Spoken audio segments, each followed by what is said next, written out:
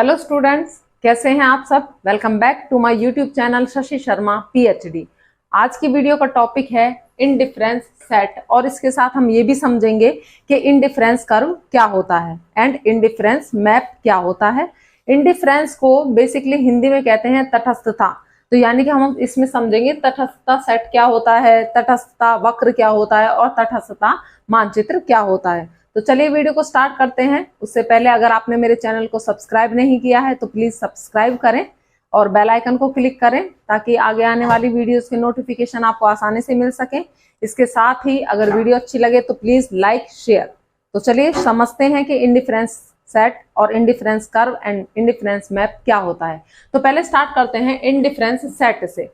देखिए, it's basically shows that, ये actually हमें ये बताता है कि दो वस्तुओं के ऐसे कॉम्बिनेशंस को हमें बताता है जिसको लेने से या जिसको कंज्यूम करने से एक कंज्यूमर को सेम लेवल की सेटिस्फेक्शन मिलती है। देखिए, मान लीजिए हमारे पास दो वस्तुएं हैं, Apple and orange.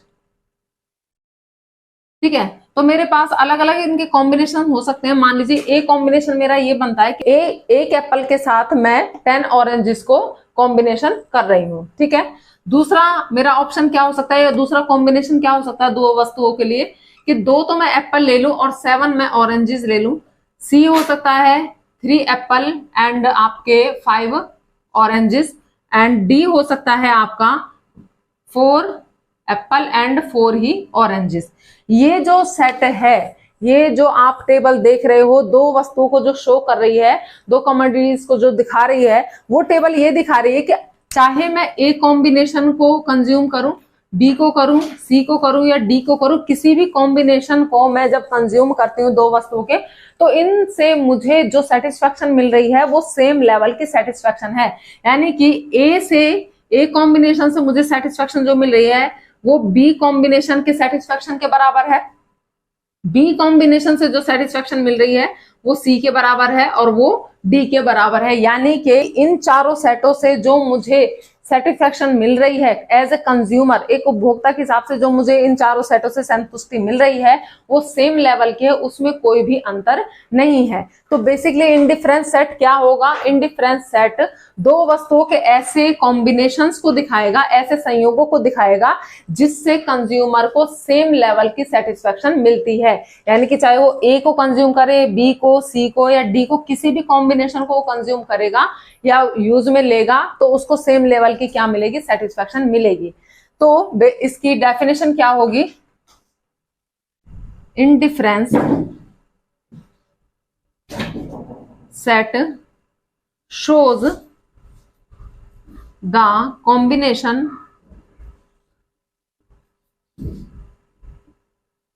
of two goods which shows the combinations, बहुत सारे कॉम्बिनेशंस हैं, of two goods which provide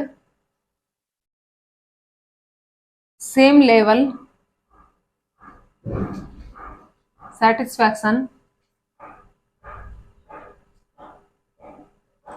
to the consumer।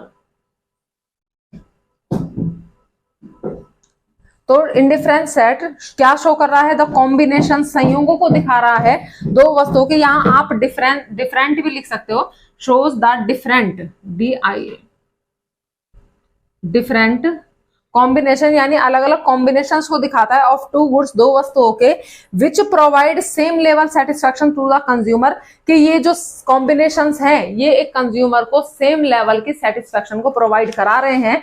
यानी कि इन कॉम्बिनेशंस के बीच में जो कंज्यूमर है वो इंडिफरेंट है, वो इनमें अंतर नहीं कर पा रहा है, वो तटस्थ है कि मैं इसको कंज्यूम करूंगा तो भी मुझे वही सेटिस्फेक्शन मिल रही है, कंज्यूम कर रहा हूं तो भी मुझे वही सेटिस्फेक्शन मिल रही है।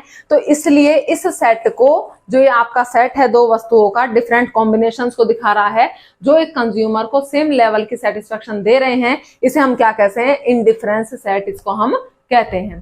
ठीक है, अच्छा जी, अब आगे चलते हैं। इंडिफरेंस कर्व क्या होता है? इसी टेबल से आपने एक कर्व बनाना है और वो कर्व आपका इंडिफरेंस कर्व कहलाएगा। जैसे पिछली वीडियो में मैंने बताया था, बजट सेट से ही आपका बजट लाइन बना था, ठीक है। बस डेफिनेशन में भी आपने सेट की जगह लाइन डाल दिया था, उसी तरीके से डेफिनेशन इसकी भी सेम रहने वाली है, बस आपने इसको कर्व में चेंज कर लेना है। तो बेसिकली जो इंडिफरेंस सेट से ही आपका इंडिफरेंस कर्व बनेगा, और इंडिफरेंस कर्व जो है वो इंडिफरेंस सेट की डायग्रामेटिक प्रेजेंटेशन होती है, यानी आप उसे डायग्राम के रूप में बना देंगे। तो इसकी डेफिनेशन क्या होगी इंडिफरेंस कर्व की, पहले इसे हम बना लेते हैं। इंडिफरेंस कर्व के लिए यहां मैं एप्पल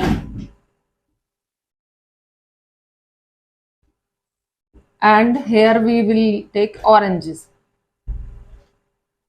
So 1, 2, 3, 4, 2, 4, 6, 8 एंड 10।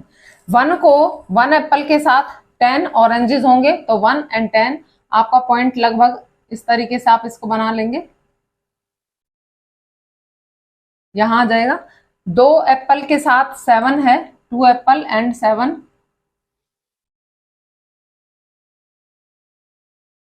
3 के साथ 5 और 4 के साथ 4। तो जब आप इन पॉइंट्स को मिलाएंगे तो आपके पास जो कर्व आएगा वो कुछ इस तरीके का आएगा।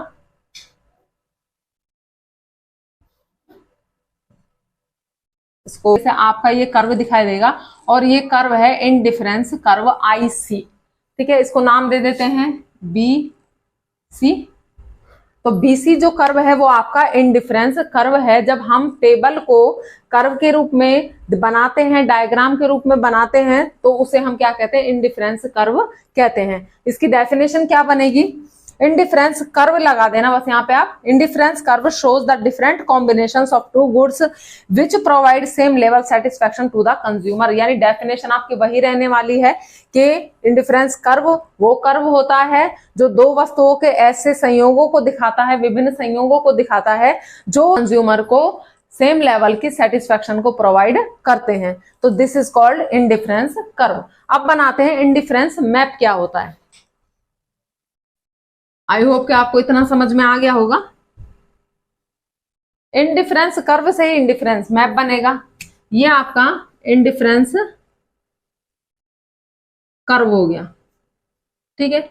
इंडिफरेंस मैप क्या होगा, मैं इसमें अगर 2, 3 या एक से ज्यादा अगर मैं इसमें IC बना देती हूँ, इंडिफरेंस कर्व्स बना देती हूँ, IC1, IC2, IC3, इस तरीके से जब मैं एक ही डायग्राम में कई सारे IC कर्व, इंडिफरेंस कर्व को शो करती हूँ, तो इसे हम क्या कहते हैं, इंडिफरेंस मैप कहते हैं। और ये जो हर IC कर्व है ना, ईच IC कर्व जो है shows the different level of satisfaction, यानी कि हर IC कर्व, इंडिफरेंस कर्व एक अलग लेवल की सेटिस्फेक्शन को शो कर रहा है।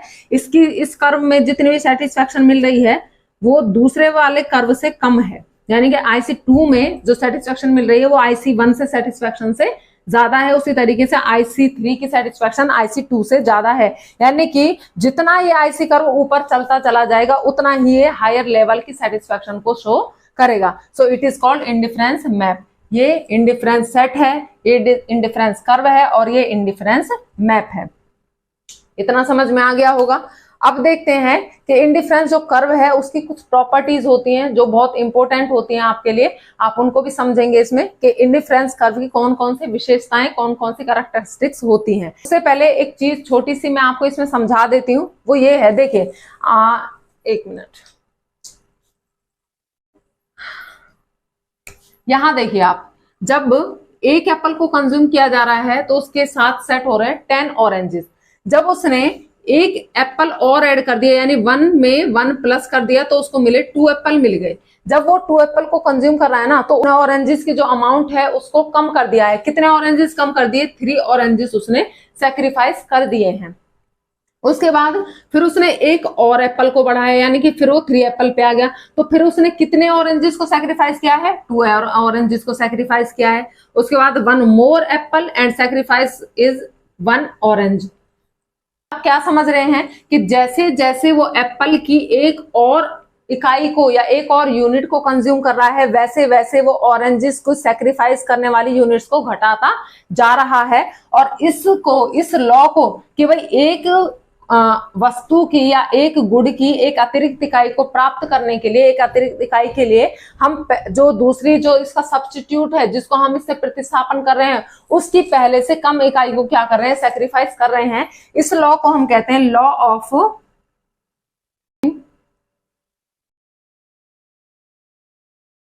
Marginal rate of substitution.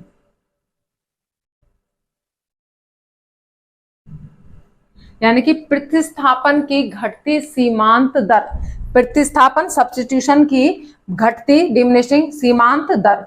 ये नियम क्या कहता है कि जैसे जैसे आप एक एप्पल के एक अतिरिक्त इकाई को कंज्यूम करते हो, वैसे वैसे उसकी जो सब्स्टिट्यूशन है यानी ऑरेंजेस है, उसकी आप पहले से कम इकाई को सैक्रिफाइस करते हो। पहले आप 3 इकाई को सैक्रिफाइस कर रहे थे, फिर आप 2 यूनिट्स को सैक्रिफाइस कर रहे हो, फिर 1 यूनिट को सैक्रिफाइस कर रहे हो। यानी कि जो ये रेट है सैक्रिफाइस करने का यूनिट्स को, ये क्या होता जा रहा है, घटता जा रहा है। और इस नियम को क्या कहते हैं, law of diminishing marginal rate of return.